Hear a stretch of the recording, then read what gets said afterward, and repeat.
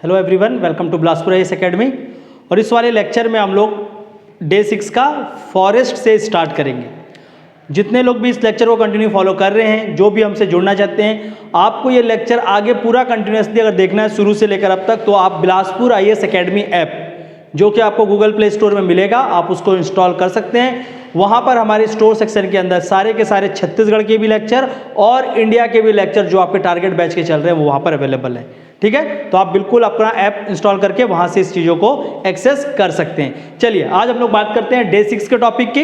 एक छोटा सा वीडियो उसके पहले मैंने आपके लिए बना दिया था, जिसमें आपको नदी अपवाह तंत्र का जो बचा हुआ हिस्सा उसको कंप्लीट किया है। ठीक है, आज हम लोग इसमें नए वीडियो के साथ साथ फॉरेस्ट को कवर करते हैं। ठीक है, अगर हम लोग फॉरेस्ट को अच्छे से देखें, भारत के वनों को, तो वनों का कुछ वर्गीकरण यहाँ पर मैंने पहले से ही लिख दिया है, सब चीज़ों को समझाऊंगा पहले। ठीक है, इससे पहले हम लोग कुछ इंफॉर्मेशन जो आपका छत्तीसगढ़ पीएससी का फेमस पेटेंट क्वेश्चन है उसको पहले पकड़ने की कोशिश करते हैं वन के आधार पे। और वन पे क्वेश्चन डेफिनेटली इस साल पूछेगा, और क्वेश्चन पूछेगा वन पे छत्तीसगढ़ में कि छत्तीसगढ़ में कितने वनोत्पाद पे मिनिमम सपोर्ट प्राइस दिया जा रहा है, न्यूनतम मूल्य पे कितने वनोत्पाद को खरीदेंगे। तो मिनिमम सपोर्ट प्राइस में छत्तीसगढ़ में टोटल अब हो गए 52। पहले 7 था, 7 से सरकार ने इसको 15 किया था, 15 से इसको पहुंचाए थे 32 में, और अब जो देखेंगे तो कितना हो गया।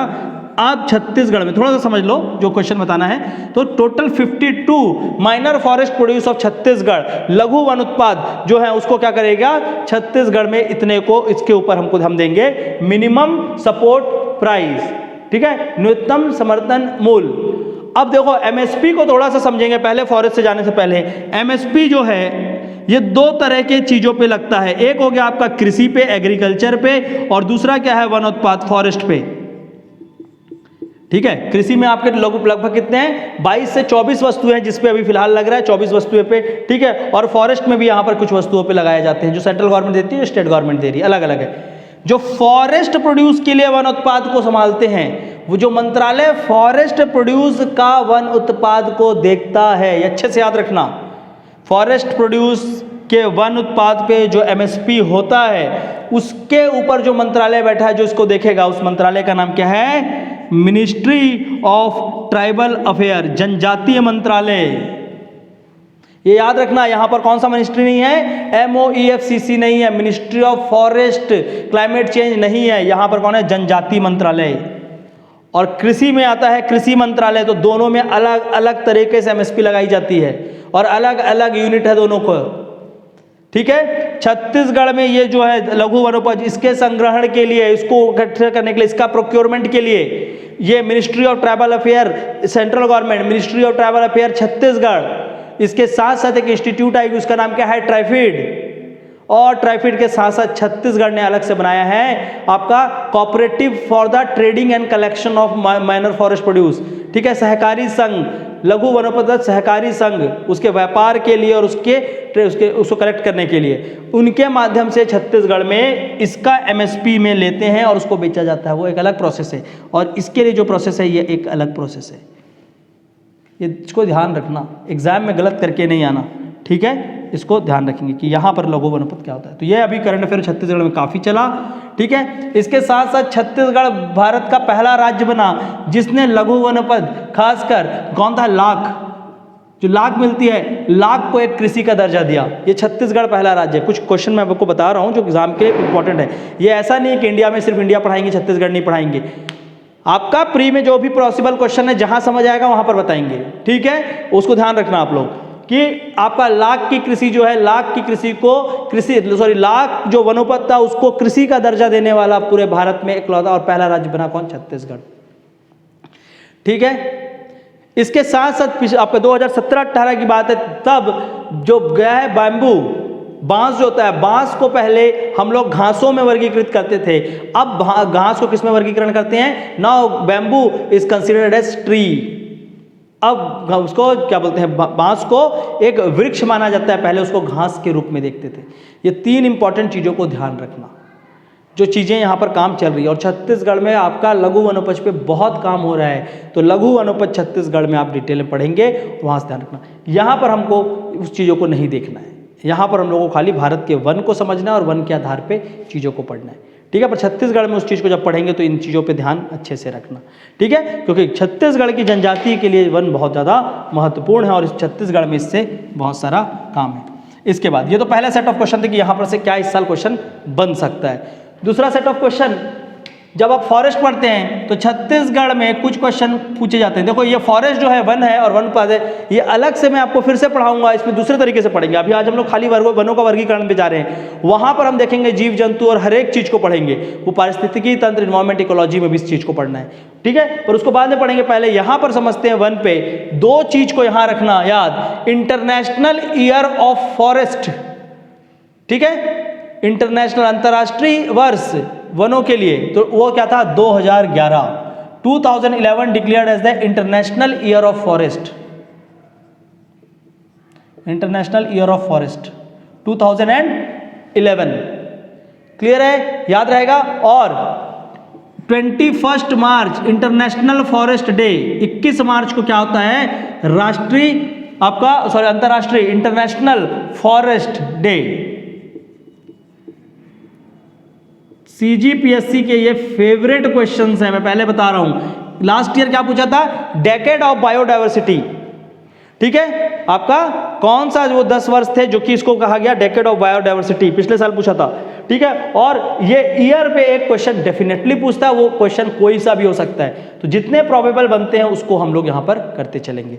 इसके साथ साथ जो आप लोग जल पढ़ रहे थे वहां पर एक चीज याद रखना, भारत में जो अभी क्या चल रही है वाटर पॉलिसी, तो भारत में जो चल रही है नेशनल वाटर पॉलिसी, जो नेशनल वाटर पॉलिसी भारत में चल रही है वो कौन सी चल रही है, वो चल रही है 2001 आपका नेशनल वाटर पॉलिसी 2011, क्लियर। एक बार इसको क्रॉस चेक कर लेंगे आप लोग भी, 2011 आपका नेशनल वाटर पॉलिसी 2012 नॉट 11, 2012 अभी भी ये चल रही है, ठीक है, नेशनल वाटर पॉलिसी 2012। और एक तो ड्राफ्ट बना है 2018 का जिसको अभी लागू नहीं किया गया है, क्लियर। तो ये नेशनल वाटर पॉलिसी, एक बार इसका ईयर को आप लोग भी क्रॉस वेरीफाई कर लेंगे, मैं आपको फिर से अपडेट करा दूंगा, क्लियर। 2012 ही होगा वैसे तो, पर एक बार आप लोग क्रॉस वेरीफाई करेंगे। चलिए इसके बाद अब हम लोग आते हैं फॉरेस्ट में वापस, और फॉरेस्ट में हम लोग यहाँ पे क्या देख रहे थे, इंटरनेशनल ईयर ऑफ फॉरेस्ट और साथ ही साथ इंटरनेशनल फॉरेस्ट डे, इसको बाद में करेंगे, पहले थोड़ा सा चीजों को समझते हैं, ठीक है। वनों पे, भारत में वनों पे क्या क्या कार्य हुआ है अभी तक, और भारत में वन संरक्षण के लिए हम लोगों ने किस तरह से कदम उठाए, फॉरेस्ट कंजर्वेशन, फॉरेस्ट प्रोटेक्शन और फॉरेस्ट के लिए इंडिया में कौन कौन सा वर्क हुआ है। तो जो जो इंपॉर्टेंट है पहले मैं उसको मेंशन करता हूं। सबसे पहले 1927 में आया था वन कानून, ठीक है, इंडियन फॉरेस्ट एक्ट 1927, वन कानून या फॉरेस्ट एक्ट, ठीक है। और इस वन कानून में इंडिया के जितने भी फॉरेस्ट थे उसको 3 भाग में डिवाइड किया गया। ये क्वेश्चन पूछेगा कि किस एक्ट से फॉरेस्ट को डिवीजन किया गया था, तो 1927 के एक्ट से पूरे के पूरे इंडिया के फॉरेस्ट को 3 पार्ट में उसको क्या किया गया, क्लासिफाई किया गया। एक को बोला गया संरक्षित वन, एक को बोला गया आरक्षित वन, और एक बनाए थे क्या आपके 1 ग्राम, इस एक्ट के हिसाब से 1 ग्राम बनाया गया था, ठीक है। तो क्या हो गया, रिजर्व फॉरेस्ट, एक आपका बनाया गया प्रोटेक्टेड फॉरेस्ट, और एक जो तीसरा बनाया गया था इस एक्ट में उसको बोला गया था विलेज फॉरेस्ट, ठीक है। पर आज के डेट में आपके पास क्या क्या होते हैं, रिजर्व, आरक्षित वन, प्रोटेक्टेड, संरक्षित वन, और इसको बदल दिया गया और यहां पर क्या बना दिया गया, अवर्गीकृत वन, यानी कि अनक्लासिफाइड फॉरेस्ट हो जाएगा, ठीक है, आरक्षित, संरक्षित और अवर्गीकृत। तो ये 3 तरह से। और अगर हम लोग भारत में देखेंगे तो सबसे ज्यादा आपके यहां पर क्या है, रिजर्व फॉरेस्ट है, जो लगभग 53% है, 53% हमारे भारत में क्या है आपका रिजर्व फॉरेस्ट। अगर प्रोटेक्टेड फॉरेस्ट की बात करेंगे तो लगभग 29% हमारे यहाँ पर क्या है प्रोटेक्टेड फॉरेस्ट, और अनक्लासिफाइड की बात करेंगे तो लगभग 18% हमारे क्या है अवर्गीकृत है। ये भारत की बात हो रही है, ठीक है। छत्तीसगढ़ में आप देखना कि कहाँ पर ज़्यादा है कहाँ पर कम है, लेकिन भारत में कुछ इस तरह से याद रखेंगे, ठीक है। दूसरी बात, भारत में सबसे अधिक वन किस राज्य में है, ठीक है। ये फॉरेस्ट रिपोर्ट में मैं आपको पढ़ाऊंगा जब हम लोग पढ़ेंगे एनवायरमेंट इकोलॉजी, अभी यहां पर नहीं करा रहा हूं, करंट में उसको अलग से कराऊंगा, ठीक है। पर फिर भी याद रखना, Indian state of forest report ISFR 2019 का जो IFSR है, इसके हिसाब से भारत में सबसे अधिक वन मध्य प्रदेश में है, ठीक है। मतलब एरिया वाइज देखेंगे तो सबसे अधिक कहां पर है, मध्य प्रदेश में, एरिया वाइज बात कर रहा हूं। एरिया के हिसाब से सबसे अधिक वन कहां पर है? मध्य प्रदेश में। परसेंटेज में कहां पर है आप लोग बताएंगे, ये दोनों को ध्यान रखना। IFSR के हिसाब से एरिया वाइज सबसे अधिक कहां है? मध्य प्रदेश में। परसेंटेज के टर्म में कहां पर है? क्या वो मिजोरम है या वो लक्षद्वीप है? ऑप्शन भी दे दिया मैंने आपको, ध्यान से गलत मत करना यहां पे चीजों को, ठीक है। मध्य प्रदेश, उड़ीसा, छत्तीसगढ़ और अरुणाचल प्रदेश, ये चारों को याद रखना और ये चारों को क्रम में याद रखना। यहां पर लक्षद्वीप, आपका मिजोरम, ठीक है, अरुणाचल प्रदेश, अंडमान निकोबार, थोड़ा सा आपको क्रम में इसको याद रखना पड़ेगा, ठीक है। वो मैं कराऊंगा आपको, इंडियन फॉरेस्ट रिपोर्ट को अलग से पढ़ाऊंगा, अलग से क्लास लेकर करंट अफेयर में, या तो करंट अफेयर में हम अलग से आपको क्या बताएंगे फॉरेस्ट रिपोर्ट, क्योंकि ये इंपॉर्टेंट है। इसमें से क्वेश्चन पूछता है क्योंकि इसको छत्तीसगढ़ से भी कंपेयर करना पड़ेगा, ठीक है। क्योंकि अब यहाँ पर मैं पढ़ाऊंगा सिर्फ इंडिया से, आपको मजा नहीं आएगा, आपको उसको छत्तीसगढ़ से भी कंपेयर करके पूरा पढ़ेंगे, ठीक है। इसलिए इस पार्ट को मैंने अभी यहाँ पर नहीं लिया है। बस आपको ये बता रहे हैं कि रिजर्व फॉरेस्ट है, प्रोटेक्टेड है और विलेज फॉरेस्ट है। कब हुआ था? 1927 के एक्ट में इसको बनाया गया था, पहला, ठीक है। इसके बाद भारत में वन कानून कम बने और क्या बने? वन नीति ज्यादा बने। फॉरेस्ट पॉलिसी और फॉरेस्ट एक्ट में डिफरेंस होता है। पॉलिसी मतलब आपने सिर्फ बना दिया है, उसको भी लागू नहीं किया है, पर एक्ट क्या होता है? उसको लागू कर दिया गया है, ठीक है। तो इसके बाद भारत में खास करके आया आपके वन नीति आए, ना कि आपके वन कानून आए, ठीक है। इसके बाद एक 1952 की पॉलिसी बात करते हैं, गवर्नमेंट ऑफ आपका फॉरेस्ट पॉलिसी 1952। 52 में भारत में जब आज़ादी हुई तो यह डिसाइड किया गया कि इंडिया में जितने भी जगह हैं, टोटल लैंड ऑफ इंडिया, उसका 33%, 1/3 of area should be come under the forest. तो भारत के संपूर्ण क्या है जो क्षेत्र है, उसका 1/3 क्षेत्र वनों में हम क्या करेंगे? टारगेट रखा गया। तो 1952 से हमारे एक्ट में टारगेट कितना रखा है?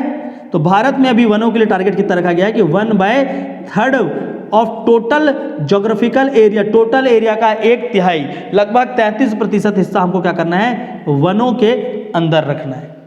इसीलिए जब फॉरेस्ट रिपोर्ट पढ़ेंगे तो ये भी देखेंगे कि ये 33% से ऊपर कितने राज्यों में है। छत्तीसगढ़ में देखोगे तो कुल 44% के करीब है, ठीक है, जिसमें से आपका 41.09% और उसके बाद अलग से और जुड़ेगा जिसको बोलते हैं ट्री कवर और फॉरेस्ट कवर। इसलिए मैं इसको भी यहाँ नहीं पढ़ा रहा हूँ, अभी पढ़ाऊंगा, बहुत कॉम्प्लिकेटेड हो जाएगा, ठीक है। पर याद रखना कि किस एक्ट से इसको रखा गया था। 27 में इसको वर्गीकृत किया गया, 52 में यहाँ पर क्या किया गया? एक टारगेट सेट किया गया जिसको कितना है? 33%, ठीक है। तो ये दोनों को अच्छे से याद रखना। इसके बाद आप देखेंगे वन में तो आएगी आपके 1980 की एक पॉलिसी, और 88 में फिर एक एक्ट आएगा जहां से हम लोग क्या करेंगे? 88 से सामाजिक वानिकी, सोशल फॉरेस्ट्री, और जो अभी वर्तमान में फॉरेस्ट एक्ट चल रहा है उसका नाम क्या है? 2006, Indian forest act 2006, Indian forest act 2006। इसमें इस एक्ट को और भी क्या बोलते हैं? ये क्या होता है? Right and recognition act of schedule caste and schedule tribes, जनजातियों के यहाँ पर अधिकार की बात की गई है। ये ऐसा एक्ट है जो सिर्फ और सिर्फ वनों को उनके आर्थिक महत्व के लिए नहीं, इकोनॉमिक वैल्यू के लिए नहीं, बल्कि आपका क्या है? एज अ कम्युनिटी सपोर्ट के रूप में भी देखता है। और इसी 2006 का जो अभी एक्ट है, इसी में आपको क्या दिया जाते हैं? जितने भी क्या है वहाँ पर रहने वाले लोग, ट्राइब्स हैं या जो भी हैं, ठीक है, तो इनको 2 तरह के अधिकार दिए जाते हैं। एक है आपका लैंड टाइटल, उनको वहाँ पर भूपट्टा और जमीन का अधिकार, और इसके साथ साथ एक दूसरे तरीके का भी अधिकार दिया गया है जिसको बोलते हैं कम्युनिटी राइट, ठीक है। कम्युनिटी राइट मतलब उनके पूरे के पूरे जितने भी लोग वहां रहते हैं उनको मिलाकर एक वनों पे उनको कम्युनिटी राइट दिया जाता है, ठीक है। और छत्तीसगढ़ की एक जनजाति जिनको उनके वनों को प्रोटेक्ट करने, क्या संरक्षित कंजर्व करने के लिए कम्युनिटी राइट दिया गया है, वो कौन से हैं? अबुझमाड़िया, अभी पिछले साल ही हुआ था, ठीक है, अबुझमाड़। तो अबुझमाड़ियों को क्या दिया गया है? कम्युनिटी राइट दिया गया है, ठीक है। इनके अधिकारों को सुनिश्चित करता है 2006 का एक्ट, ठीक है। इनके राइट्स को देखता है 2006 का एक्ट। ये कुछ आपका डेवलपमेंट है, इसको ध्यान रखना। और अभी एक नई फॉरेस्ट पॉलिसी बनाने की प्लान चल रही है, ड्राफ्ट पॉलिसी बन चुका है, 2018 हो जाएगा। ध्यान रखना इस सारी चीज़ों को, क्लियर। ये कुछ ऐसे चीज़ें हैं जो शायद आप एग्जाम, आप बुक पर पढ़ते हो और इस चीज़ों को फोकस नहीं कर पाते, ठीक है, इसको ध्यान रखेंगे। ये सारे में से कुछ भी क्वेश्चन बन सकता है। इसके साथ साथ कुछ संस्थाएं हैं जो कि क्या है? फॉरेस्ट से संबंधित हैं, जैसे कि लास्ट ईयर क्या पूछा था, कृषि वानिकी संस्था का हेडक्वार्टर कहाँ है, तो उसका आंसर क्या था आपका झांसी। तो उसी तरीके से ठीक है, इंडियन फॉरेस्ट रिसर्च इंस्टीट्यूट, भारतीय वन, ठीक है, तो आपका क्या होगा, Indian forest research institute headquarter कहां पर है, देहरादून, ठीक है। और साथ में और भी कुछ इंस्टीट्यूट है, इसलिए मैं बोल रहा हूं ये इंस्टीट्यूट का मैं आपको डेली 5-5 का सेट बनाकर या कुछ दूंगा, कल से हम चालू करेंगे या परसों से, और उसको भी आप रटते चलना, ठीक है। अब यहाँ पे लिखाऊंगा 2 को 3 को स्कैटर्ड रहेगा, तो हम क्या करेंगे, आपको कुछ कुछ का देते चलेंगे और उसको आप एक साथ रटते हुए चलना, ठीक है, क्योंकि वो याद ही करना पड़ेगा, वो डायरेक्ट पूछ रहे हैं, उसको समझाने का कोई तरीका ही नहीं है, या तो आप मैप बना के उसको प्लॉट कर लो, पर उसको लास्ट में रट के ही जाना पड़ेगा। ऐसे कुछ सेक्शन जिसको रटना ही पड़ता है, आप उसको रट्टे बिना नहीं बच सकते, ठीक है। चलिए, तो वो तो था कि जो भी चीजें हैं। अब भारत में जो वन है उस वनों को देखते हैं, वनों का निर्माण कैसे होता है, वन बनते कैसे हैं, ठीक है। तो जैसी वहां की जलवायु होगी, जलवायु के आधार पे वहां पर वन होगा। अगर हम लोग वन को देखते हैं, फॉरेस्ट को, ठीक है, तो फॉरेस्ट में सबसे पहली बात, फॉरेस्ट किस किस चीजों पे आधारित होगा, जलवायु पे, क्लाइमेट, जैसी वहां की वर्षा होगी और वहां पर जैसा तापमान होगा वैसा वहां पर क्या होगा, वन होगा। एक चीज, वन और किससे आधारित हो रहा है, वन एक और चीज से वहां पर देखने को मिलेगा कि जैसी वहां पर मिट्टी मिलेगी वैसा वहां पर वृक्ष होगा, और वृक्ष के हिसाब से वहां पर वन होगा, ठीक है। तो बहुत सारे वहां पर कैसी चट्टान मिल रही है उसके हिसाब से भी वन निर्धारित होंगे। तो फॉरेस्ट कहीं ना कहीं आपका क्या है, बहुत सारे आपका जो क्या है फिजियोग्राफिक फैक्टर रिप्रेजेंट करते हैं, जिसके कारण वन बनता है। पर इन सब में जो सबसे महत्वपूर्ण फैक्टर है वो क्या है आपका, जलवायु। जैसी जलवायु होगी वैसी वहां की वनस्पति होगी। तो रेनफॉल और टेम्परेचर, और इसी जलवायु को समझते हुए, रेनफॉल और टेम्परेचर को समझते हुए भारत के वनों को अलग अलग तरीके से हम वर्गीकृत कर सकते हैं।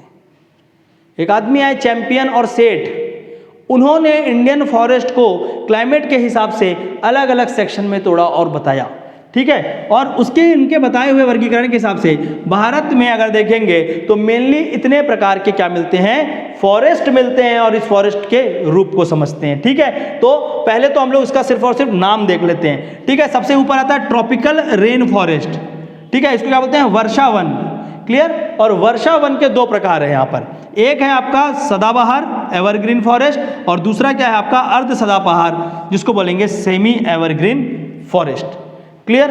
देखो, अगर क्षेत्र में वर्षा रेनफॉल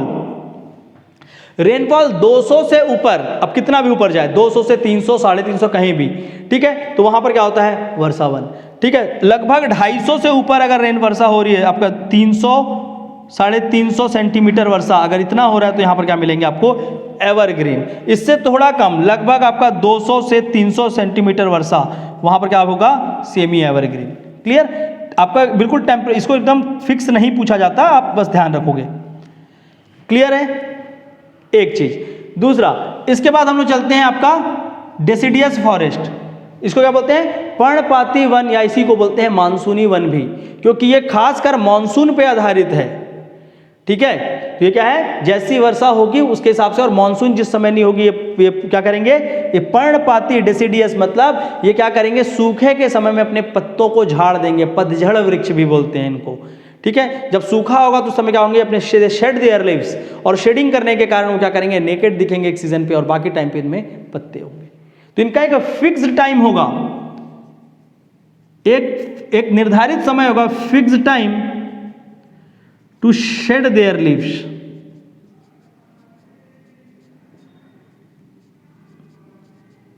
पर इनका कोई फिक्स टाइम नहीं है, ठीक है, इनका फिक्स टाइम नहीं।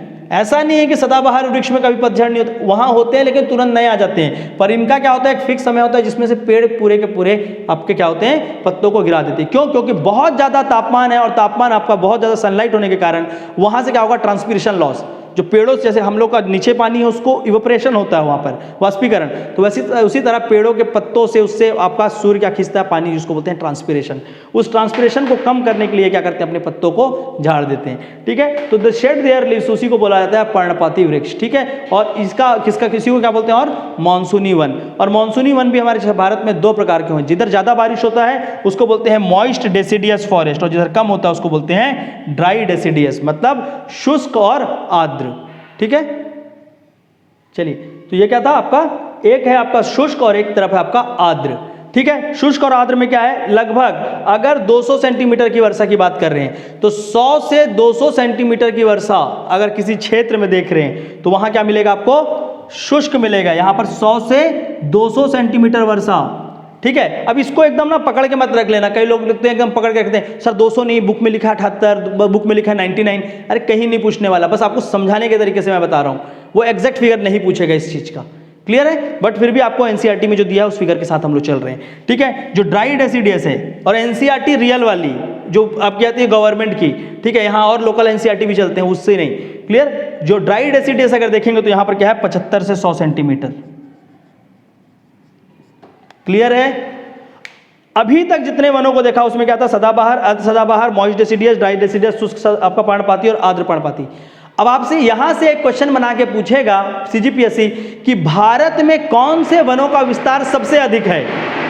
वेट अ मिनट, कुछ पटाखा वटाखे फूट रहे हैं, चलिए कुछ ज़्यादा खुशी मना रहे हैं, हमारे टारगेट बैच का पटाखा वटाखा फोड़ दिए हैं। ठीक है, पता नहीं कुछ मानव संसाधन या मानव विकास का कार्यक्रम है यहाँ पे, उसके कारण था। चलिए हम लोग उसको साइड करते हैं, हम लोग अपने वनों पे वापस आते हैं। ठीक है, तो हाँ मैंने क्या क्वेश्चन कहा कि सीजीपीएससी में अगर आपसे क्वेश्चन ये पूछा जा रहा है कि भारत में किस वन का विस्तार सबसे ज्यादा है, which among the following forest type is spread maximum in India, तो उसका आंसर क्या होगा, मॉइस्ट डेसिडियस। आर्द्र, ये आपका क्या, सॉरी आर्द्र नहीं, आपका शुष्क, शुष्क पर्णपाती वृक्ष जो आपके मॉइस्ट हैं वो सबसे ज्यादा आपके क्या होंगे, फैले होंगे। क्लियर, शायद यहां पर कुछ हिंदी में गलत हुआ है, वेट। ठीक है, आप उसको शुष्क और आर्द्र को एक बार क्रॉस चेक करेंगे, मॉइस्ट मतलब आर्द्र होता है। क्लियर, तो सबसे अधिक जिसका विस्तार है वो क्या है आपके आर्द्र पर्णपाती वृक्ष का है, शुष्क का नहीं है। ठीक है, तो आपका क्या है, मॉइस्ट डेसिडियस सबसे ज्यादा विस्तृत है, और मॉइस्ट डेसिडियस का विस्तार अगर देखेंगे तो ये बहुत सारे राज्यों में भी मैं कराऊंगा उस चीज को। ठीक है, तो भारत में सबसे ज्यादा क्या पहना है, मॉइस्ट, मॉइस्ट मतलब जिसमें ज्यादा पानी है। ठीक है, और जो कम, जो थोड़े सूखे हुए हैं उसका विस्तार कम है। इसके बाद देखते हैं हम लोग अगला वन क्या आएगा, जहां पर आपका इससे भी कम वर्षा हो रही है, 50 से 75 के करीब, वहां पर क्या हो रहे हैं आपके कांटेदार वन। कांटेदार वन और खासकर इस क्षेत्रों में देखेंगे तो आपके क्या होते हैं, ज्यादा करके ये ग्रासलैंड होते हैं। ठीक है, चारा घास से बने रहते हैं। इसके बाद अगर देखेंगे उससे भी कम वर्षा जहां पर होगी वहां पर क्या होगा आपका मरुस्थलीय वन, डेजर्ट फॉरेस्ट, कैक्टस वगैरह वहां पर मिलेंगे, नागफनी मिलेगा। ठीक है, इसके साथ साथ देखते हैं कि दो विशेष तरह के वनों के प्रकार और भी देखते हैं भारत में, जिसमें से एक आपका आता है लिटोरल स्वैम्प, जिसको बोलते हैं अनूप वन, और इन्हीं क्षेत्रों में आपको क्या मिलता है, मैंग्रोव। तो भारत में अलग अलग जगह पे मैंग्रोव मिलता है, उसको भी पढ़ेंगे। इसके बाद देखेंगे आपका माउंटेन फॉरेस्ट, पर्वतीय वन, और पर्वत में एक ही जगह में वनों के प्रकार बदलते जाते हैं उनकी ऊंचाई के हिसाब से, इसलिए माउंटेन फॉरेस्ट को भी अलग से यहाँ पर क्या किया गया है, क्लासीफाई किया गया है। माउंटेन फॉरेस्ट किससे बदल रहे हैं, जैसी ऊंचाई बदलेगी पर्वतों के ऊपर वैसे ही वहां का वन का प्रकार भी बदलेगा। ठीक है, तो इन सारे वनों को एक एक करके हम लोग पढ़ते हैं और इन वनों को समझते हैं अच्छे से। क्लियर, मैं यहाँ पर आपको प्री के ओरिएंटेड जितना है उतना आपका कवर कर रहे हैं हम लोग। बाकी अगर आप लोगों को और अच्छे से समझना हो, इस चीज़ों को और अच्छे से देखना हो, तो आप बिल्कुल लेक्चर देख सकते हैं। ऑलरेडी ये लेक्चर आपका इससे वनों के संबंधित मैंने काफ़ी डिटेल में भी लेक्चर लिए हैं, आपका यूट्यूब में वो भी आपको अवेलेबल है। ठीक है, चलिए, पर टारगेट बैच के लिए आप जो यहाँ पढ़ा रहा हूँ बस उस पर ही ध्यान दीजिए। ठीक है, सबसे पहले हम लोग क्या करेंगे, उठाते हैं हम लोग पहला वन, जो कि क्या था आपका वर्षा वन, रेन फॉरेस्ट।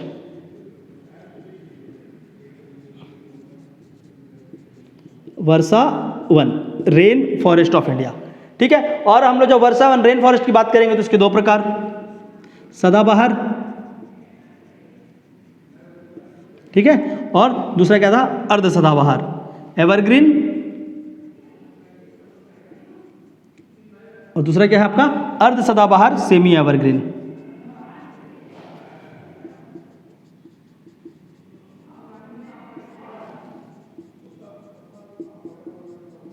सेमी एवरग्रीन हो जाएगा, ये तो याद रहेगा। मैंने आपको पहले ही बता दिया कितने कितने यहाँ पर वायु और वर्षा चाहिए। देखो यहाँ पर अगर देखेंगे वर्षा, तो यहाँ पर वर्षा कितनी है, लगभग अगर पूरे के पूरे में वर्षा देख रहे हैं तो आपका 200 सेंटीमीटर से अधिक वर्षा।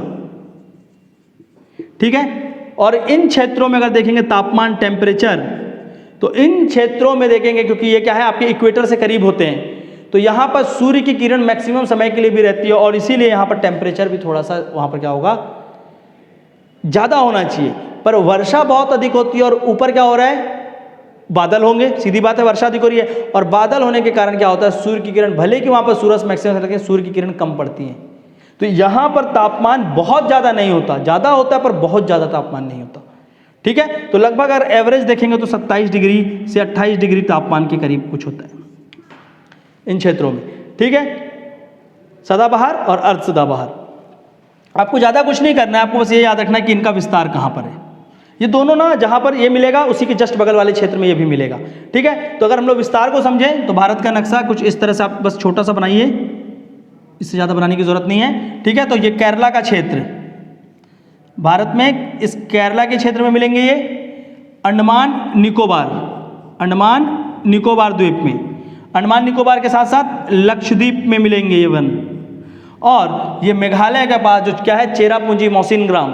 ठीक है, चेरापूंजी मौसिनग्राम, यह मेघालय के पास बहुत ज़्यादा वर्षा होती है, तो ये मेघालय के पठार में और शिलांग के पठार को बोलते हैं इसको। ठीक है, मेघालय शिलांग का पठार इस क्षेत्रों में दिखेगा, और कुछ थोड़ा सा आपको अरुणाचल प्रदेश के इस वाले हिस्से में। ये 4 केंद्र हैं, इन चारों केंद्रों में आपको क्या मिलेगा, अर्ध सदाबहार, सॉरी आपका सदाबहार, और इसी के बगल वाले, जैसे इसका बगल का क्षेत्र देखेंगे हल्का सा वर्षा कम होगी तो वहाँ पर सदाबहार और अर्ध सदाबहार वन मिलेंगे। ठीक है, ये दोनों समझ आया किस किस क्षेत्र में है, तो क्षेत्र क्या आपका लक्षद्वीप, अंडमान निकोबार, केरल, और साथ ही साथ यहाँ पर क्या है, शिलांग का पठार, शिलांग प्लेट्यू, और थोड़ा सा आपका नागालैंड और अरुणाचल प्रदेश का क्षेत्र। ये सारे जगह में मिलेगा सदाबहार और अर्ध सदाबहार वन। क्लियर, इसको अच्छे से ध्यान रखना। इन दोनों में खासियत क्या है इन दोनों की, ये वृक्षों की, कि यहाँ पर आपके 12 महीने के महीने यहाँ पर क्या होता है, जो पेड़ है उसके ऊपर लकड़ी बोलो आपके पत्ते होते हैं। ठीक है, इन दोनों वनों में देखेंगे तो ये किस तरह के वन हैं, अगर इनकी लकड़ी की बात करें, वुड की, तो यहाँ पर जो क्या मिलते हैं, जो वृक्ष मिलते हैं, वो वृक्ष कैसे होते हैं, वो हार्ड वुड होते हैं, कठोर लकड़ी होते हैं। ठीक है, तो कठोर लकड़ी होंगे, हार्डवुड। सबसे कठोर कहाँ मिलेगा, सदाबहार में, उससे थोड़ा कम कठोर कहाँ मिलेगा आपको, अर्ध सदाबहार में। तो सबसे कठोर, सबसे उससे कम कठोर। और यहाँ वृक्ष कैसे दिखेंगे, यहाँ पर आपको जो जंगल होंगे वो बहुत ही ज़्यादा घने होंगे। ठीक है, तो कुछ इस तरह से यहाँ का देखो दिखेगा कैसा, ये एक एक वृक्ष बहुत लंबे लंबे वृक्ष होंगे, बहुत लंबे लंबे। ठीक है, बहुत लंबे लंबे वृक्ष, बहुत घने रहेंगे, ऐसा लगेगा कि एक वृक्ष दूसरे वृक्ष के ऊपर चढ़ गया है। ठीक है, कुछ ऐसा बहुत घने वृक्ष रहेंगे।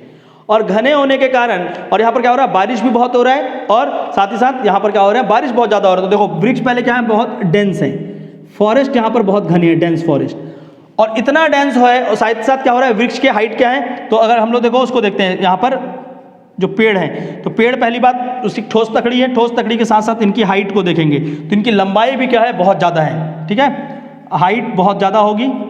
क्यों इनकी हाइट बढ़ेगी, क्योंकि ये आपस में कंपीट करेंगे कि सनलाइट मेरे को पहले चीज़ ज़्यादा चाहिए। ठीक है, तो सूर्य की रोशनी के लिए आपस में क्या करेंगे, कंपीट करेंगे, जिससे इनका हाइट बहुत ज़्यादा बढ़ेगा। ठीक है, और अब हाइट बहुत ज़्यादा, तो नीचे का बेस स्ट्रांग होना चाहिए ना, तो बड़ा स्ट्रांग होने के कारण यहाँ पर क्या है, इसकी लकड़ी भी बहुत ज़्यादा ठोस है। और इसी ठोस नीचे वाला जो क्षेत्र है, नीचे वाले क्षेत्र में क्योंकि वर्षा बहुत हो रही है, तो नीचे वाले क्षेत्र में पूरा का पूरा क्या होगा, यहाँ पर दलदल सा जमा होगा, यहाँ पर बहुत ज़्यादा पानी का जमा होगा, यहाँ पर क्या होगा, पानी जमा, वाटर लॉकिंग कंडीशन। और इसी के कारण ये जो नीचे वाला एरिया है, यहाँ पर आपको क्या होगा, यहाँ पर पानी भी हो, यहाँ पर बहुत ज़्यादा इस तरह से, तो यहाँ पर नंबर बहुत सारे यहाँ पर क्या मिलेंगे, मेढक मिलेंगे, कीड़े मकोड़े मिलेंगे। तो ये पूरा का पूरा क्षेत्र देखेंगे तो यहाँ पर क्या हो रहा है, क्योंकि एक संघन वन और इस तरह का कंडीशन बनने के कारण बहुत ज़्यादा यहाँ पर क्या होगा, जैव विविधता होगी, बहुत ज़्यादा यहाँ पर क्या होगी, बायोडाइवर्सिटी होगी, क्योंकि यहाँ पर बहुत सारे तितली मिलेंगे, बहुत सारे नीचे के कीड़े मकोड़े मिलेंगे, छोटे जानवर बहुत सारे मिलेंगे, और साथ ही साथ यहाँ पर कैसे बड़े जानवरों में कौन मिलेंगे, जो कि इस ऊपर वाले क्षेत्र में ट्री के, वृक्ष के ऊपर रहने वाले, जिसको बोलते हैं आर्बोरियल एनिमल। और आर्बोरियल एनिमल यहाँ पर मिलेंगे, और खासकर केरला के क्षेत्र में देखेंगे तो यहाँ क्या मिलेगा, लॉयन टेल मकाऊ, शेर पूंछ वाला बंदर, लॉयन टेल मकाऊ। ठीक है, लॉयन टेल मकाऊ। इसी के साथ मिलेंगे रिसेस मंकी, बंदर, तो ये क्योंकि पेड़ के ऊपर रहते हैं, नीचे पानी है तो ऊपर नहीं रहेंगे। यहाँ पर बहुत सारे आपको क्या मिलेंगे, सांप, स्नेक्स, यहाँ पर क्या मिल रहे हैं, तितलियां, बटरफ्लाई। क्लियर। और इसी क्षेत्र में क्योंकि बहुत अच्छा वर्षा हो रहा है सब कुछ, और जिस जगह पे हमने वनों को काट लिया थोड़ा बहुत ये कटेंगे भी नहीं है, लकड़ी बहुत ठोस है, तो जिस जगह में हमने काट लिया और उस क्षेत्रों में, इसी क्षेत्रों में भारत में मुख्यतः आप देखोगे तो क्या होता है, रबर प्लांटेशन। ये याद रखना, रबर प्लांटेशन भी यहीं पर सबसे ज़्यादा किया जाता है। क्लियर है? तो यहाँ पर वृक्ष कैसे होंगे, हार्डवुड होंगे जिनकी हाइट ज़्यादा होगी, डेंस होगा। यहाँ पर किस तरह से पशु पक्षी और जानवर मिलेंगे, उसके साथ साथ यहाँ पर अलग से क्या होता है, यहाँ पर आपका रबर प्लांटेशन आप देखोगे। रबर प्लांटेशन के साथ साथ इसमें एक और चीज़ की बात करते हैं, ये सदाबहार और अर्धसदाबहार पे यहाँ पर कौन कौन से वृक्ष मिलेंगे। ठीक है, तो यहाँ पर मुख्यतः जो वृक्ष के प्रकार हैं इसके अंदर, ठीक है, वो कौन कौन से आ रहे हैं आपके, रोज वुड, महोगनी, ये दोनों को याद रखना। मैं आपको बहुत सारे वृक्षों के नाम अभी नहीं बता रहा हूँ, बाकी लेक्चर्स मैंने बताया, लेकिन अभी आपको यहाँ पर कम कर रहा हूँ थोड़ा सा। ठीक है, तो रोजवुड, महोगनी। क्लियर? तो कुछ इस तरह से आपको क्या मिलेंगे सदाबहार में। तो याद रखना, महोगनी और रोजवुड किस में आते हैं, ये आते हैं रेन फॉरेस्ट में। ये क्या है, एक ठोस लकड़ी है, और ठोस लकड़ी के साथ साथ इसमें क्या हो रहा है, ये सारी चीजें आपको देखोगे। क्लियर? तो रोजवुड और महोगनी मिलेगा, और इस तरह से आपका क्या होगा, सदाबहार और अर्धसदाबहार वन कुछ ऐसा दिखेगा। ठीक है, ज़्यादा से ज़्यादा मेरा कोशिश है कि मैं आपको डायग्राम और इसके थ्रू से पढ़ाऊं, ताकि आप चीज़ों को समझें और समझते हुए इस चीज़ों को जानने भी लगे। ठीक है, अगला देखते हैं। अगला जो वन आएगा वो कौन सा आ रहा है आपका, पर्णपाती। क्लियर? और इस क्षेत्र को अगर हम लोग इसी क्षेत्र को देखते, जो आपका अभी बनाया था मैंने मैप में, आपका अलग से बना देते हैं ऊपर में, इसको फिर लास्ट में एक चीज़ और दिखा देंगे आपको इसी में। ठीक है, ये लक्षद्वीप वाला पार्ट है, यहाँ पर अंडमान का पार्ट बनाया था मैंने। ठीक है, यहाँ पर केरल का हिस्सा था, केरल राज्य, इसके साथ साथ हम लोग यहाँ पर देख रहे थे, और कुछ आपके यहाँ पे थे। क्लियर? तो यह हो गया आपका पहला प्रकार। ठीक है, अब दूसरे टाइप को इसी के नीचे बना लेंगे। क्लियर? दूसरा हम लोग क्या देख रहे थे, आपका पर्णपाती डेसिडियस फॉरेस्ट, जिसको हम लोगों ने क्या बोला, मॉनसूनी वन। और पर्णपाती के भी दो प्रकार देखे हम लोगों ने। पर्णपाती के एक क्या था आपका, मॉइस्ट था, जो भारत का सबसे ज्यादा विस्तृत वन है। ठीक है, आर्द्र मॉइस्ट डेसिडियस। और एक तरफ क्या था आपका, ड्राई डेसिडियस, शुष्क पर्णपाती, ड्राई डेसिडियस। ठीक है, इसमें वर्षा ज्यादा है, यहां पर वर्षा कम है। जिसमें वर्षा ज्यादा है वो भारत में सबसे ज्यादा क्षेत्रों में ये क्या है, इसका विस्तार है। पहली बात, यही सब क्वेश्चन अभी पूछेगा, प्री चल रहा है क्योंकि इसलिए मैं आपको बहुत ज्यादा उसमें लेकर नहीं चल रहा हूं। ठीक है, तो सबसे ज्यादा विस्तार इसका है। अगर इसका विस्तार हम लोग भारत में समझें तो आप लोग थोड़ा सा मैप को मेरे साथ बनाते हुए चलिए।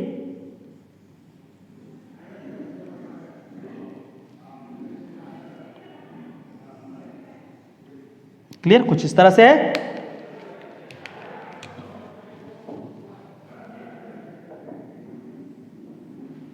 ठीक है, अब इसमें देखेंगे तो ये मॉइस्ट डेसिडियस का विस्तार खासकर अच्छे से समझना। यहां पर आपका क्या है, छत्तीसगढ़ राज्य। ठीक है, तो ये छत्तीसगढ़ का सेक्शन पूरा। क्लियर? छत्तीसगढ़ के साथ साथ ये हमारे छत्तीसगढ़ के यहां पर क्या लग रहा है आपका, उड़ीसा। इधर क्या है आपका, ये वाला आंध्र प्रदेश, इसके ऊपर कुछ पार्ट झारखंड, यहां पर आपका बिहार, और उत्तर प्रदेश का जो तराई क्षेत्र है, थोड़ा सा बिहार, उत्तर प्रदेश का तराई क्षेत्र, और हल्का सा पार्ट वेस्ट बंगाल का।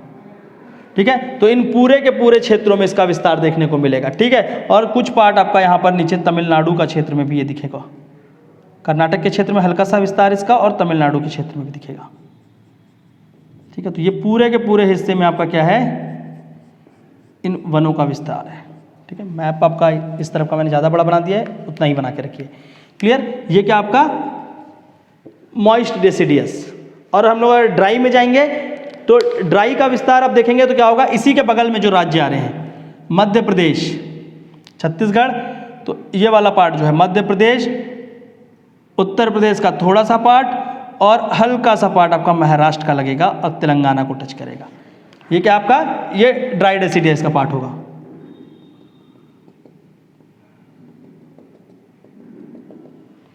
क्लियर? तो यहां पर कौन कौन से आ रहे थे, छत्तीसगढ़, झारखंड, उड़ीसा, बिहार, वेस्ट बंगाल के कुछ क्षेत्रों में, आंध्र प्रदेश के कुछ क्षेत्रों में, ये सारे राज्यों में दिख रहा था, कुछ क्षेत्रों में तमिलनाडु में भी विस्तार है। ड्राई डेसिडियस को देखेंगे तो इसका विस्तार कहाँ पर है, थोड़ा सा आपका महाराष्ट्र में है, सबसे ज़्यादा मध्य प्रदेश में है, मध्य प्रदेश में सबसे ज़्यादा विस्तार देखने को मिलेगा, उत्तर प्रदेश के कुछ क्षेत्रों में दिखेगा, और ये आपका मॉइस्ट डेसिडियस थोड़ा सा आपका शिवालिक के क्षेत्र में भी मिलेगा। शिवालिक का जो निचला भाग है खासकर तराई क्षेत्र में, ठीक है, तराई में, तो इन क्षेत्रों में आपको देखने को मिलेंगे ये दोनों वन, ठीक है। भारत का सबसे विस्तृत वन है ये चीज़ें। और इसमें अगर देखेंगे मॉइस्ट डेसिडियस और ड्राई डेसिडियस में, तो यहाँ पर भी जो आपके वृक्ष हैं उन वृक्षों को समझते हैं। अब ये वृक्ष क्या है, पिछले वाले तो, क्योंकि इस वाले में आपका क्या होगा, अगर तापमान देखेंगे तो यहाँ पर से 29 से लेकर 32 डिग्री तक का यहाँ पर तापमान होगा इन क्षेत्रों में, ठीक है, क्योंकि यहाँ पर बारिश के कारण वो क्षेत्र थोड़े से ठंडे नहीं हो रहे हैं, और यहाँ पर क्या हो रहा है, एक फिक्स टाइम पे ही बारिश हो रहा है, बाकी समय यहाँ पर तपन जो ताप है वो ज़्यादा है, और ताप ज़्यादा होने के कारण यहाँ पर क्या है, थोड़ा सा टेम्परेचर ज़्यादा है, ठीक है।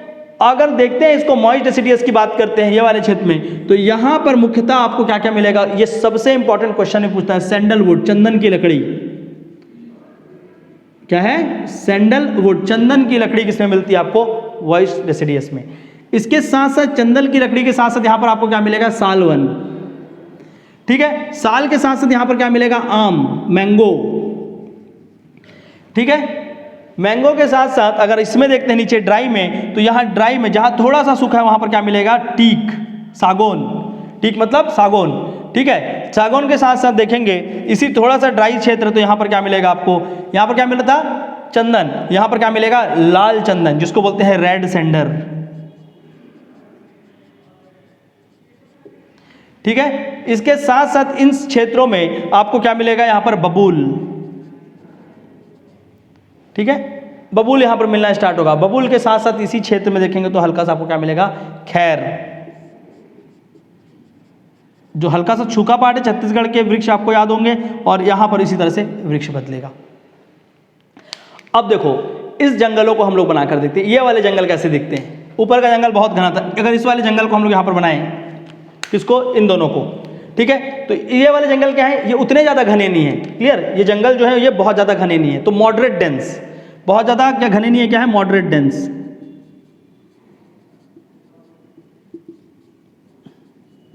ठीक है। तो इसका घनत्व ज़्यादा है, इसका घनत्व उससे थोड़ा सा कम है, पहली बात।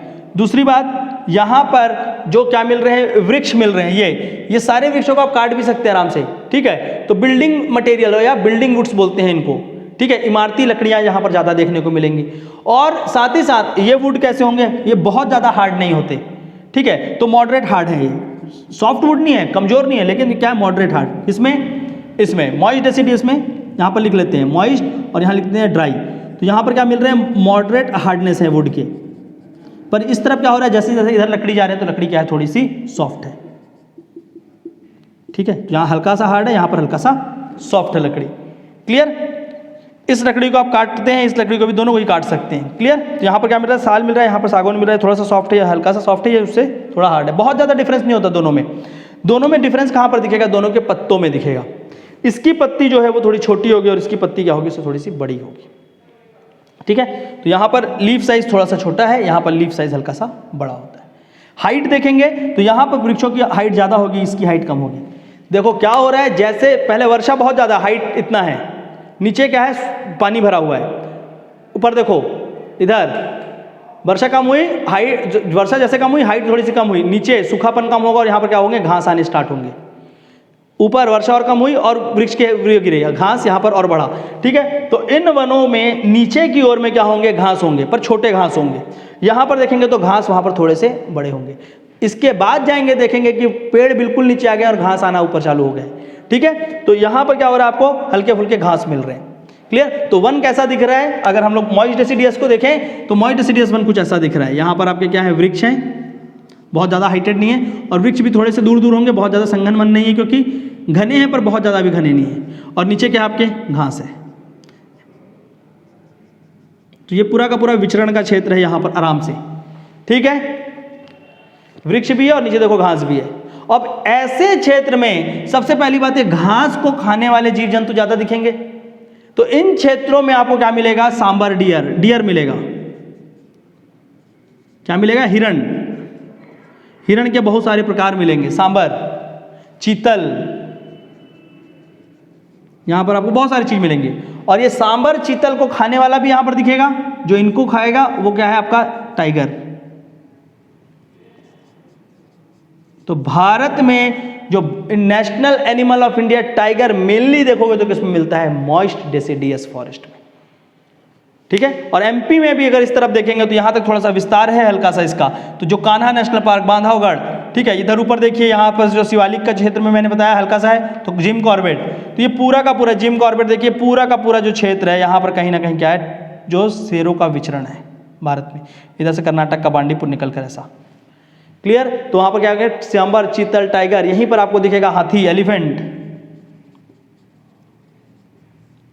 क्लियर, क्योंकि वहाँ पर आराम से जा सकते हैं, वहाँ खाने के लिए पर्याप्त चीज़ें वहाँ पर मिल रही हैं, क्लियर। तो देखो जानवर को भी समझो, जानवर के साथ साथ आपको क्या करना है, पेड़ पौधों को भी समझना है और किस तरह से चीज़ें बदल रही हैं। बस यही है, पढ़ना नहीं पड़ेगा, बस आपको सोचना है, समझना है कि हाँ किस तरह से परिवर्तन हो रहा है और परिवर्तन से कैसे चीज़ें वहाँ पर बदल रही है।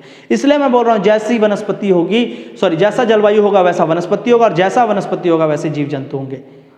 The type of climate will decide the type of forest, and the type of forest will decide ultimately the type of flora and fauna residing in that forest.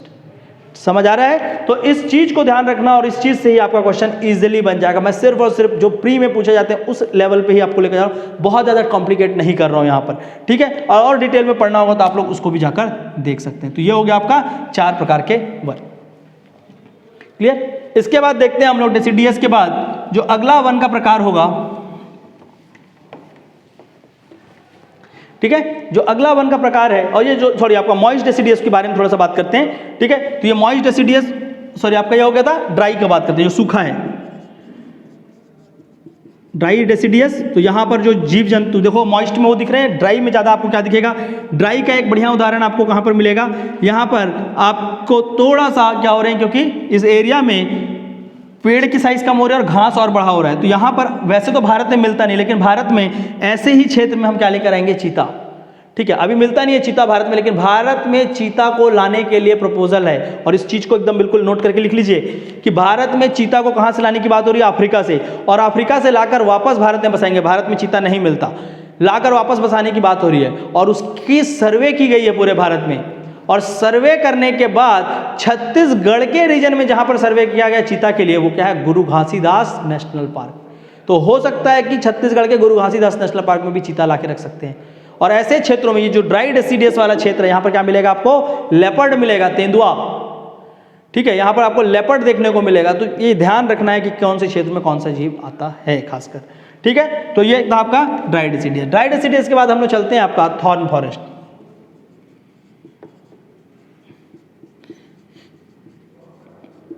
अब यहां पर क्या हो रहा है, वर्षा और कम हो गई, ठीक है, मैंने देखा आपको बताया 50 से 75 सेंटीमीटर, तो वर्षा तो यहां लगभग हो ही नहीं रही है। और साथ ही साथ यहां पर तापमान और थोड़ा सा ज़्यादा है, क्योंकि दिन भर तप रहा है। तापमान कितना हो गया यहां पर, आप मान लेते हैं हम लोग 32 से 35 के करीब तापमान भी बढ़ गया, यहां पर वर्षा भी आपकी क्या हो गई, कम हो गई। तो और ज़्यादा सनलाइट, सन से क्या होगा, इवेपोरेशन, आपका ट्रांसपिरेशन लॉस होगा, मतलब और ज़्यादा पानी खींचेगा।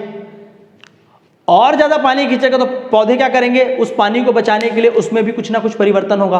परिवर्तन ये होगा कि अब जो पेड़ हैं, ये पेड़ की जो ये टहनियाँ हैं, ये देखो ये इधर, ठीक है। अब इसमें क्या होंगे, आपको कांटे देखने को मिलेंगे कि वो कांटे, अब इस कांटों से भी अब थोड़ा सा क्या होगा, मुसीबत होगा निकालना। और पत्ते क्या होंगे, बहुत छोटे होंगे। तो ये पेड़ों में क्या होगा, स्मॉल लीफ, पत्ते बहुत छोटे हो जाएंगे। और इसके साथ साथ इन पेड़ों में क्या देखने को मिलेगा, निडल, कांटे, ठीक है। और इस तरह के पेड़ कौन कौन से होते हैं हम लोग देखेंगे तो बेल को देखा है ना, उसके बेल का वो चढ़ाते हैं शंकर भगवान पे, देखो छोटे छोटे पत्ते होते हैं और उसमें कांटे भी होते हैं। नींबू, लेमन,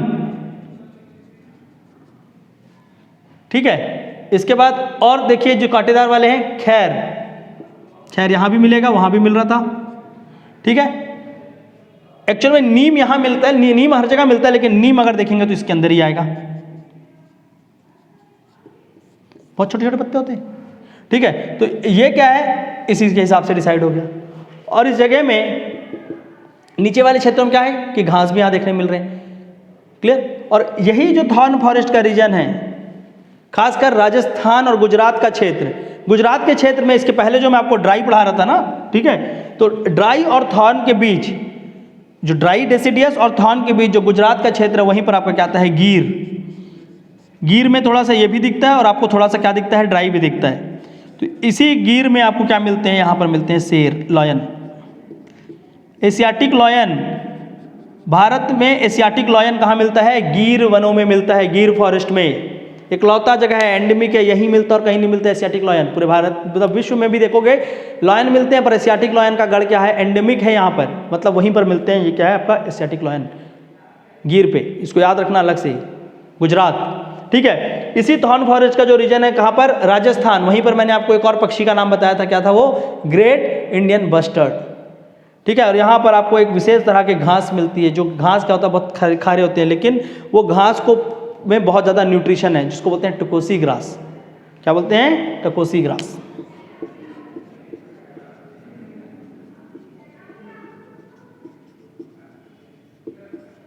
क्लियर है, ध्यान रहेगा कि किस किस तरह से वर्गीकरण है, कैसे वहां पर चीजें बदल रही हैं, ठीक। क्वेश्चन का नेचर ऐसा होगा, अगर यहाँ से क्वेश्चन पूछेगा तो नेचर ऐसा होगा, या तो फिर वो क्या पूछेगा, डायरेक्ट कि कौन सा ज़्यादा विस्तार है, किसका कम विस्तार है। नहीं तो यहाँ से अगर पूछना चाहेगा तो वो कुछ इस तरह से जाएगा। और इसका विस्तार देखेंगे तो देखो, भारत का ये वाला रीजन जो थोड़ा सा सूखा रीजन है, ठीक है, तो सूखा रीजन में आपको देखेंगे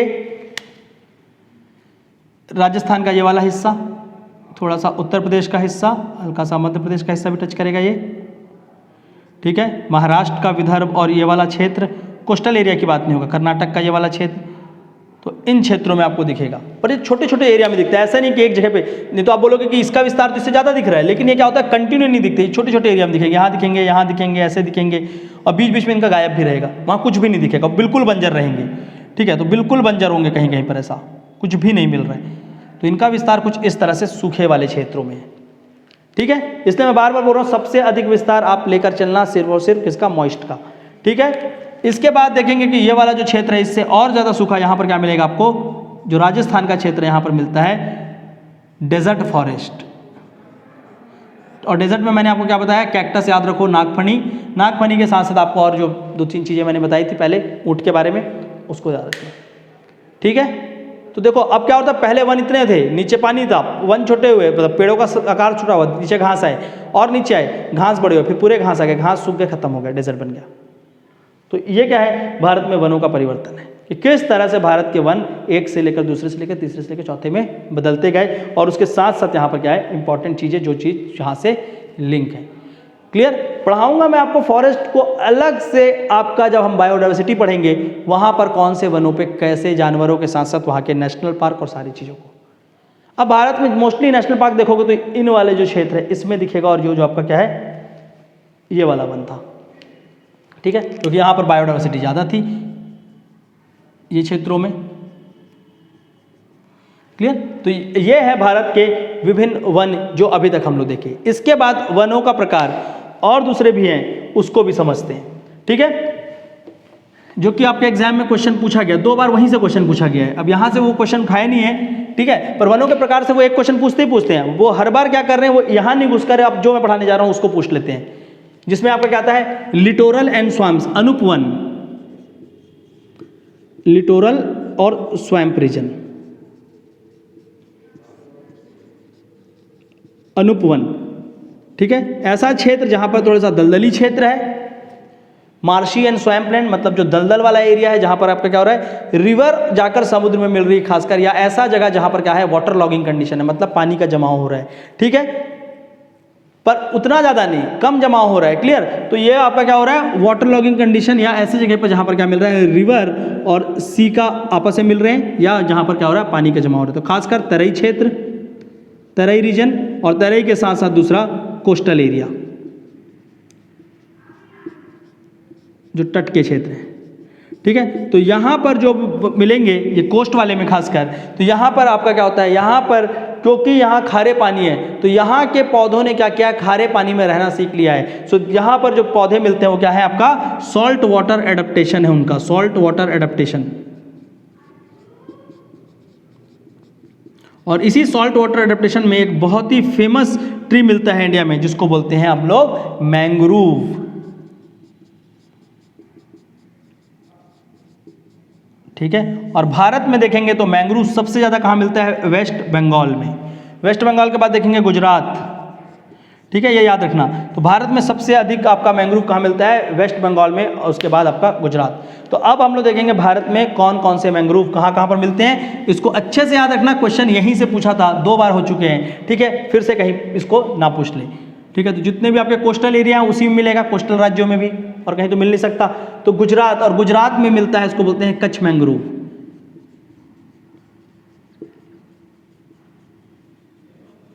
क्वेश्चन ऐसे पूछ दिया था, कच्छ का सुंदरवन मैंग्रोव कहाँ मिलता है, ऐसा क्वेश्चन पूछ दिया था सीजीपीएससी में।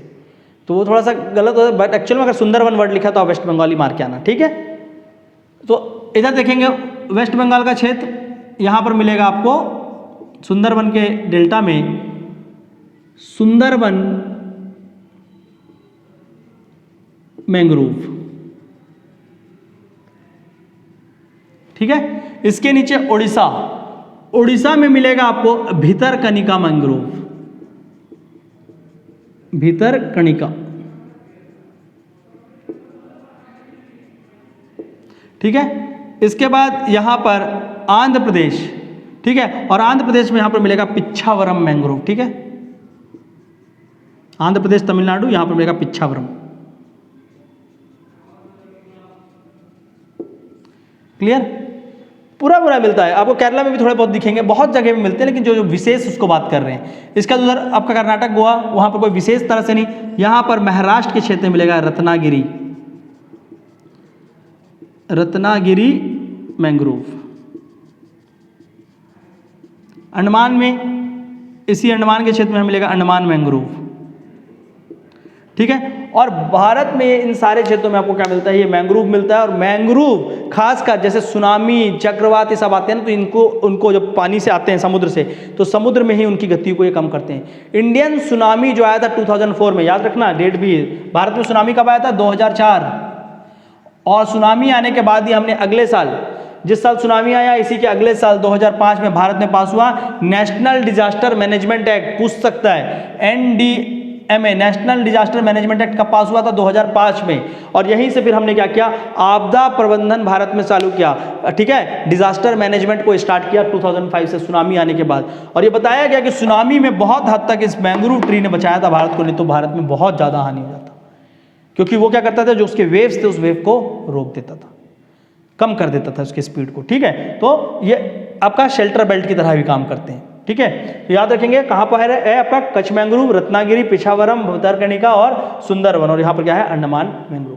क्लियर है? तो ये क्या था, भारत में जो एक अलग तरह के वन है मैंग्रोव, इसको पूछ रहा है। देखो अब यहाँ पर इसके डिटेल में जाने की कोई जरूरत नहीं है, क्योंकि आपके प्री में उस तरह से क्वेश्चन को पूछा जा नहीं रहा है। नहीं तो मैं बताता, इसमें 2 प्रकार के विशेष तरह के जड़ होते हैं। लिख लीजिए, लिखना चाहेंगे तो। मैंग्रोव में जो जड़ होते हैं वो विशेष प्रकार के होते हैं। एक को बोलते हैं न्यूमेटोफोर, न्यूमेटोफोर्स, और एक होता है अविकामाइस, अविकासिन। ठीक है, अब ये न्यूमेटोफोर, अविकासिन क्या है? इन जड़ों में ये खासियत होती है कि खारे पानी को लेते हैं और उसको क्या करते हैं? फ्रेश वाटर में कन्वर्ट कर देते हैं। ठीक है, तो अब इनके बारे में इतना ज़्यादा नहीं पूछेगा, नहीं तो आपके जड़ के भी प्रकार होते हैं, बटरेश रूट होते हैं, टैप रूट होते हैं। ठीक है, वो सब मैं आपको पढ़ाता, लेकिन यहाँ पर आपकी ज़रूरत है नहीं, इसलिए हम उस चीज़ को नहीं जाके डील करेंगे। ठीक है, तो इसको ध्यान रखेंगे। ये क्या आपका किस तरह से भारत में मैंग्रोव कहाँ कहाँ पे है और कौन कौन से मैंग्रोव है। ठीक है, तो वनों पे जो लास्ट बच रहा है एक और प्रकार का वन, वो कौन सा बच गया? वो बच गया आपका माउंटेन फॉरेस्ट। ठीक है, तो ये आपने मैंग्रोव देखा। अब हम लोग बात करते हैं माउंटेन फॉरेस्ट का। माउंटेन बोल रहा हूँ, ठीक है, माउंटेन में जो वनों में मिलते हैं उसको माउंटेन भी लिखते हैं। क्लियर? माउंटेन फॉरेस्ट लिखा ऐसे ही जाता है, नहीं तो क्या बोलेंगे सर माउंटेन की स्पेलिंग गलत है, नहीं, ऐसे ही लिखते हैं। ठीक है, इसको क्या बोलते हैं? पर्वतीय वन। क्लियर? पर्वतीय वन। अब पर्वतीय वन की खासियत इनसे थोड़ी सी अलग होती है। ये बाकी वन जो है वहाँ पर जैसी जलवायु, जैसा आधार है, उसके हिसाब से परिवर्तन होते हैं, पर जो पर्वतीय वन है, ये पर्वतीय वन, इसमें क्या होता है? जैसे जैसे इसकी क्या बढ़ती है? हाइट बढ़ती है, ऊंचाई के साथ साथ। ठीक है, ऊंचाई के साथ साथ क्या होता है? वनों के प्रकार, फॉरेस्ट के प्रकार बदलते हैं। ठीक है, जैसे कि इस डायग्राम से समझो। ठीक है, पर्वत में जैसे जैसे ऊपर जाओगे क्या होगा, ठंडा होना शुरू हो जाएगा, तो नीचे आपके दूसरे प्रकार के वन मिलेंगे। जैसे आप इस हाइट में पहुंच रहे हो आपका प्रकार बदला, ऊपर गए और प्रकार बदला और प्रकार बदला। ठीक है, तो सबसे ऊपर का जो क्षेत्र है यहाँ पर क्या होता है, हमेशा बर्फ जमे होते हैं। इस एरिया को बोलते हैं परमाफ्रॉस्ट। इसके नीचे जो वन मिलता है उसको क्या बोलते हैं, टुंड्रा। टुंड्रा के नीचे यहां पर देखोगे क्या मिलेगा, तैगा। तैगा के नीचे ये वाला जो है इसमें मिलेगा आपको कॉनिफेरस। ठीक है, जो तीखे तीखे होंगे, इनके पत्ते कुछ ऐसे होंगे, ये कॉनिफर्स है। ठीक है, नीडल्स वगैरह होंगे इसमें, कॉनिफर्स है, कराता हूं आपको सारा क्लियर। कॉनिफर्स के नीचे देखेंगे यहां पर, इसके नीचे तब आपको क्या मिलेंगे, फिर से आपके आ जाएंगे पर्णपाती, डेसिडियस फॉरेस्ट। अब एकदम नीचे पहुंच गए डेसिडियस फॉरेस्ट। ठीक है, तो कुछ इस तरह से क्या होता है, वनों के प्रकार बदलेंगे। कम हाइट में डेसिडियस, उसके ऊपर कॉनिफर, उसके ऊपर तैगा, उसके ऊपर टुंड्रा, उसके ऊपर परमाफ्रॉस्ट। ठीक है, क्योंकि यहाँ पर क्या हो रहा है, आपका जलवायु के साथ, हाइट के साथ साथ यहाँ पर क्या हो रहा है, वहाँ पर क्लाइमेट और टेम्परेचर भी बदल रहा है। तो धीरे धीरे यहाँ पर क्या होगा, फॉरेस्ट अपने प्रकार को बदलेगा। तो इसमें देखो रेंज मिलेंगे। जो नीचे वाले प्रकार हैं यहाँ पर क्या होगा, जितने भी हम लोग डेसिडियस में पढ़ रहे थे वो सारे पौधे, पेड़ पौधे, और वहाँ पर उस तरह से मिलेंगे। इससे थोड़ा ऊपर जाओगे तो यहाँ पर क्या मिलेंगे, निडल्स, निडल वाले मिलेंगे। यहाँ पर निडल होंगे और ऐसे वृक्ष दिखेंगे जो क्या होंगे, थोड़े से उनके पत्ते कैसे होंगे, कुछ ऐसा होगा। ठीक है, ये हो गए। साथ ही साथ निडल वाले मिलेंगे। ठीक है, तो एग्जाम्पल क्या है इसका, सबसे महत्वपूर्ण एग्जाम्पल जो भारत में दिखेगा वो क्या है, चीर पाइन। पाइन बहुत ज़्यादा लगाया गया भारत में। भारत में याद रखना, पाइन भारत का नहीं है, लेकिन पाइन को ब्रिटिशर्स ने लाकर लगाया था भारत में जब वो यहाँ पर आए थे। ठीक है, तो इंडिया में पाइन नहीं मिलता था, पर बाद में इन्होंने लाया और यहाँ पर क्या मिले, पाइन मिले। ठीक है, इसी का जो क्षेत्र है, जो पर्वतों के अंचल का ये जो नीचे डेसिडियस है, ठीक है, तो पर्वत में थोड़ा सा ठंडा होने के कारण ये जो नीचे वाले हैं, यहाँ पर कौन सा वृक्ष मिलता है, याद रखना, हिमालय के क्षेत्रों में क्या मिलेगा आपको, चीर पाइन। हिमालय के क्षेत्रों में एक पौधा मिलेगा जिसका नाम क्या है, रोडोडेंड्रॉन। रोडोडेंड्रॉन। ठीक है, यहीं पर देखेंगे तो उसके ऊपर जो रीजन है वहां पर क्या मिलेगा, स्प्रूस। ठीक है, यहीं पर मिलेगा फर। ठीक है, इसी क्षेत्र में देखेंगे ये जो ऊपर का, जो ये दोनों के बीच का जो क्षेत्र है, जो हाईलैंड्स का एरिया है, वहां पर और मिलेगा देवदार। ठीक है, अखरोट इधर दिखेंगे, वॉलनट वगैरह। ये टुंड्रा के रीजन में आपको क्या मिलेगा, मॉसेस और लाइकन। छोटे छोटे होते हैं, क्लियर। तो मॉसेस और लाइकन दिखेंगे, यहाँ पर आपको दिखेंगे। तो ये कुछ इंपॉर्टेंट ट्री के नाम याद रखेंगे, लिख लेंगे, पाइन, स्प्रूस, देवदार, फर, जो आपका रोडोडेंड्रॉन, मॉसेस, लाइकन, ये सारे के सारे चीजें कहाँ मिलेगी आपको, हिमालय में दिखेगी। और हिमालय पर्वत, और खासकर ये फॉरेस्ट कहाँ कहाँ पर मिलेंगे, तो ये फॉरेस्ट जो है ये आपको सीधी बात है हिमालय में पूरा दिखेंगे। इसके साथ साथ दक्षिण भारत में आपका नीलगिरी पर्वत है, तो इधर भी दिखेंगे। जितने भी आपके क्या है फॉरेस्ट एरिया वहां पर, और इन फॉरेस्ट में एक सबसे इंपॉर्टेंट फॉरेस्ट नोट करके अलग से लिखेंगे, ये नीलगिरी जो है, इस नीलगिरी क्षेत्र में एक स्पेशल टाइप का फॉरेस्ट मिलता है जिसको बोलते हैं शोला वन। ठीक है, ये पूछा जा सकता है एग्जाम में क्वेश्चन कि 16 फॉरेस्ट कहाँ पर मिलते हैं, तो 16 वन कहाँ पर मिलता है आपका, दक्षिण भारत के पर्वतों में मिलता है। वो क्वेश्चन देंगे 16 फॉरेस्ट उत्तर भारत में मिल रहा है, दक्षिण में, तो आपका क्या होगा, दक्षिण भारत। क्वेश्चन दूसरे तरीके से ये पूछा जाएगा, आपको मान लो 4 नेशनल पार्क का नाम दे दिया, क्वेश्चन को समझना। एक दे दिया आपका नंदा देवी, 4 नेशनल पार्क का नाम हम लोग देखते हैं, या बायोस्फीयर रिजर्व के हिसाब से देख लेते हैं, लिख लेते हैं। एक जगह आपको क्वेश्चन दे दिया नंदा देवी, एक दे दिया आपको कान्हा नेशनल पार्क, कान्हा, एक दे दिया आपको बांडीपुर, ठीक है, और एक आपको दे देते हैं हम लोग छत्तीसगढ़ का ही ले लेते हैं, अचानक मार्ग, अमरकंटक। अब वो क्वेश्चन में पूछ रहा है ये कौन सा बायोस्फीयर रिजर्व या नेशनल पार्क है जहां पर नीचे के क्षेत्रों में पर्णपाती वृक्ष मिलते हैं, उसके ऊपर के क्षेत्र में कॉनिफर मिलेंगे और उसके ऊपर क्षेत्र में हमको टुंड्रा मिलेंगे, उस बायोस्फीयर रिजर्व का नाम बताओ। तो क्या होगा, नंदा देवी। क्योंकि देखो एक ही क्षेत्र में आपको क्या मिल रहा है, ऊपर से नीचे हर चीज देखने को मिल रहा है। ठीक है, तो आपका जो पर्वत है, पर्वतों के क्षेत्रों में इतने प्रकार के वन मिलते हैं, इसलिए वहां पर की जैव विविधता ज्यादा होती है। तो भारत में जैव विविधता सबसे ज्यादा हम लोग कहां देख रहे थे, वर्षा वन में, और वर्षा वन के बाद क्या देखेंगे, पर्वतों के वन पे। इसीलिए भारत में जैव विविधता का 2 केंद्र है, एक तो ये वर्षा वन का केंद्र ये वाला, और दूसरा आपका क्या होगा, पर्वतों का केंद्र, और एक आपका ये, और यही 3 क्षेत्र जो देखेंगे यहीं पर भारत का क्या है, बायोडाइवर्सिटी हॉटस्पॉट है, जैव विविधता। पढ़ाऊंगा इसको मैं आपको एनवायरमेंट इकोलॉजी में, ठीक है। पर अभी आपको बस क्या करना है, इतने जो भी चीज़ों को मैंने यहाँ पर थोड़ा डिटेल किया है, इन चीज़ों को याद रखना कि किन किन क्षेत्रों में कैसे वन मिलते हैं, और भारत